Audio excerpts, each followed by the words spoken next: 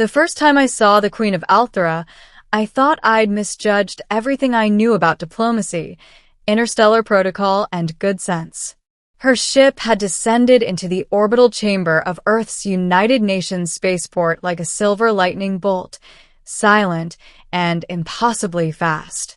I was there to observe, a junior liaison, barely more than a glorified translator, but I had insisted on attending, hoping to glimpse what most humans would call royalty. Althera was a world I had only studied in textbooks and holovids, a planet of luminescent cities floating above clouds of iridescent mist. Its inhabitants, the Altherans, were slender, almost ethereal, with skin that shimmered like polished chrome under the sun and eyes that reflected not light, but thought. They were known for their grace, their intelligence, and a reputation for judgment that could shift galactic politics in a single council session. I wasn't prepared for the Queen. When she entered the chamber, the room froze in a collective intake of breath. Not because of grandeur, though her robes, woven from some living fiber that rippled like liquid glass, were magnificent, but because of her smile. It was not warm, nor was it cold. It was a smile that seemed to reach into the very fabric of your intentions, reading them before you could even frame them in words. I naturally had no preparation for that. I had memorized every possible protocol, every diplomatic nicety, every phrase intended to convey respect and neutrality. Yet, when she looked at me, I felt the fragile scaffolding of my training crumble. "Welcome to Earth," I blurted. It was a mundane phrase, pedestrian even in human terms. But for some reason, spoken out loud to her, it felt criminally inadequate. The chamber fell silent, not with expectation, but with tension. I could feel the eyes of ambassadors, generals, and scholars drilling into my back. I wanted to retract the words, to swallow them whole and start over, but my tongue had decided otherwise. The Queen's smile did not falter.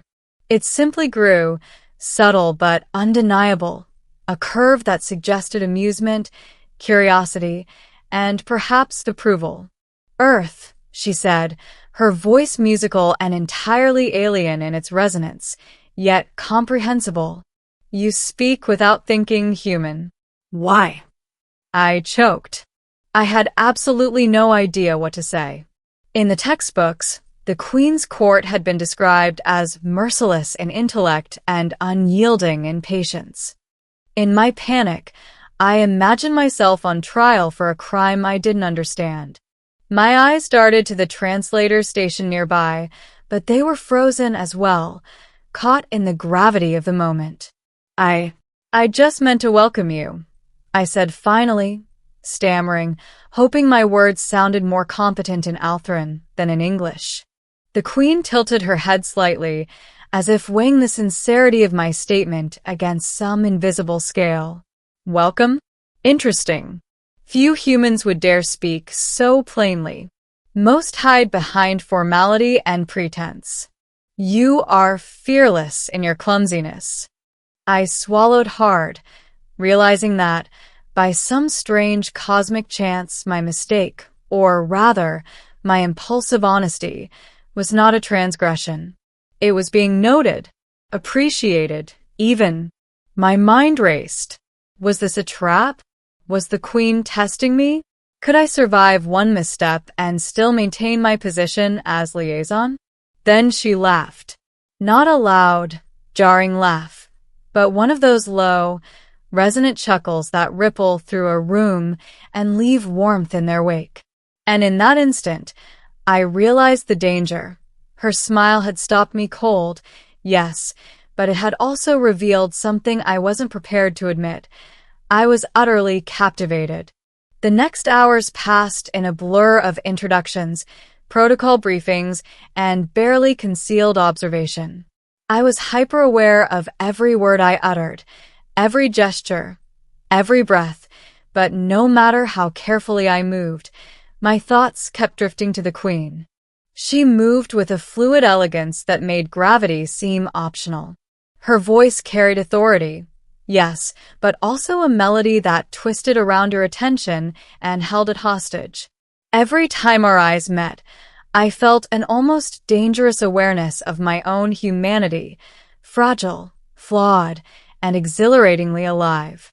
By the time we reached the evening's formal gala, I was a quivering bundle of nerves and fascination. The gala was held in a transparent chamber that hung above the city lights of Althera, the surface below swirling with bioluminescent clouds like liquid stars. The other diplomats were already engaged in polite, measured conversations, their words laced with careful strategy. I, however, found myself standing at the periphery, silently observing the Queen. Then, without warning, she approached.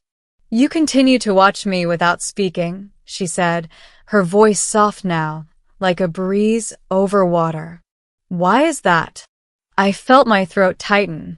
I wanted to speak cautiously, to respond with a line that would demonstrate both respect and intellect. But all caution abandoned me. The words spilled out before my mind could intercept them. "Because I don't want to waste a single moment of this," I confessed, my voice trembling with honesty. The Queen stopped and regarded me fully, her head tilting in that same inquisitive manner that had undone me hours ago. The room seemed to recede. The chatter of diplomats, the hum of energy fields, the distant music of Althera, all of it faded. "Such honesty," she said finally, her smile gentle now, almost indulgent. "Few possess the courage to speak truth without thinking of consequence." Few indeed. I couldn't breathe. The words felt like fire and ice all at once. I had not intended to reveal my awe, my fear, my fascination. Yet here it was, laid bare before the most powerful being in the galaxy. And she smiled. That smile. It stopped me cold once again, but in a way that no one could mistake for disapproval. "Come," she said, taking my hand lightly. "Walk with me." The world around us seemed to shift.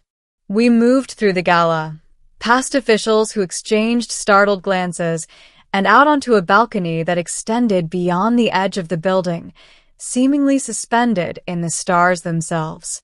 Althera stretched below like a living organism, glowing, breathing, whispering in colors that no human tongue could describe. "Tell me," the Queen said after a long silence, "what do you see?" I swallowed, unsure if she meant literally or figuratively. I chose honesty, as I had been forced to do all day. "I see beauty," I admitted, "and a world that feels alive in a way I've never imagined. And I see you. I see you standing here, and I realize that I've never truly understood the weight of presence until now." She laughed softly, the sound carrying over the glowing clouds. Bold words, human, even reckless, and yet strangely fitting. You speak without thinking, and yet you say what matters most. We fell into a rhythm of quiet conversation, discussing nothing and everything at once. Politics, culture, philosophy, the nature of courage and fear. I realized then that the Queen's presence was not merely intimidating, it was a challenge. Not a test of loyalty or skill, but a challenge to confront yourself honestly. To admit what you feel, what you fear, what you hope for. As the night stretched on, I began to understand the truth of what had been said earlier. Speaking without thinking was dangerous, but in some moments, it was the only way to convey authenticity. And for some reason, the Queen seemed to recognize that. She smiled again, that same enigmatic curve of her lips that could freeze or liberate a soul in equal measure. The following days were a whirlwind of diplomacy. Treaties were negotiated, cultural exchanges proposed, and political boundaries reconsidered. I moved through it all with a careful eye, but every conversation, every decision, every ceremony seemed to orbit around the memory of that smile. I found myself walking the line between professionalism and fascination, terrified of misstep, yet driven by the strange gravity of her presence. Finally, after what felt like a lifetime compressed into a week, the Queen summoned me to a private audience in the royal chambers of Althra's capital. The room was a cathedral of light, the walls alive with energy that pulsed like a heartbeat. She seated herself on a throne that seemed almost ornamental, yet exuded authority beyond any object I had ever encountered. "Human," she said, her voice softer now, intimate. "You have survived the first week of my presence without collapsing into fear or foolishness. That alone is remarkable. But more than that, you have spoken honestly, repeatedly, even when every instinct told you not to. Why?"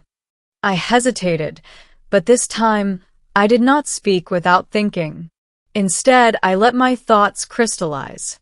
"Because," I said finally, "I realized that honesty, that truth, even when reckless, is the only way to be remembered, the only way to matter in moments like this. And you made me see that simply by existing. Your presence demands authenticity. It terrifies me, and yet it compels me to speak the truth." For a long moment, she regarded me. Then, with a smile that seemed to contain galaxies and stars, she nodded. "Perhaps," she said, "that is why you are still here. Perhaps it is why I am curious about you. Fearless honesty is rare, human, even among my own people.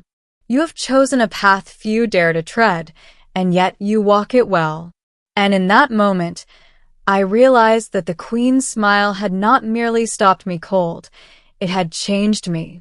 It had forced me to confront myself, to speak without hiding behind etiquette or fear, to reveal what I truly felt. I left Althra some time later, my position intact, my mind racing with memories, and my heart forever tethered to the memory of a smile that could freeze a room and yet ignite a soul. In the months and years that followed, I told the story countless times, of diplomacy, of courage, of the first encounter with a queen who could read minds with a glance. But I never grew accustomed to the memory of that smile. It remained, always, a reminder of the danger and the beauty of speaking without thinking. And I never spoke to her again without the awareness that a single word, uttered in haste or honesty, could change everything. Weeks later, as I prepared to leave Althra for the final time, I found myself back on the balcony where the Queen had first spoken to me. The city below pulsed with light and life, just as it had that night, but now it felt different, less alien, more intimately connected to me. The Queen appeared beside me silently, as if she had been there all along. She regarded me with that same smile, the one that had stopped me cold the first day. "Human," she said softly, "do you understand now why honesty, even reckless honesty, can be your greatest strength?" I nodded, my chest tight with emotion. "Yes, I do, because it reveals who we truly are, even when we are afraid." She studied me for a long moment, then stepped closer. "Remember this, and you will survive the courts of any world, the judgments of any people, and perhaps you will even survive yourself." Then, without another word, she extended her hand, not in formality, not in diplomacy, but in a gesture of understanding and trust. I took it, feeling a strange surge of connection, as if a bridge had been built between two souls from entirely different worlds. As the shuttle that would take me home hummed to life, I turned back once more. The Queen watched me from the balcony, her smile unchanged, eternal, and impossibly bright. And for the first time, I realized that some encounters are never meant to be forgotten. They are meant to change you. The shuttle lifted, and the stars embraced me.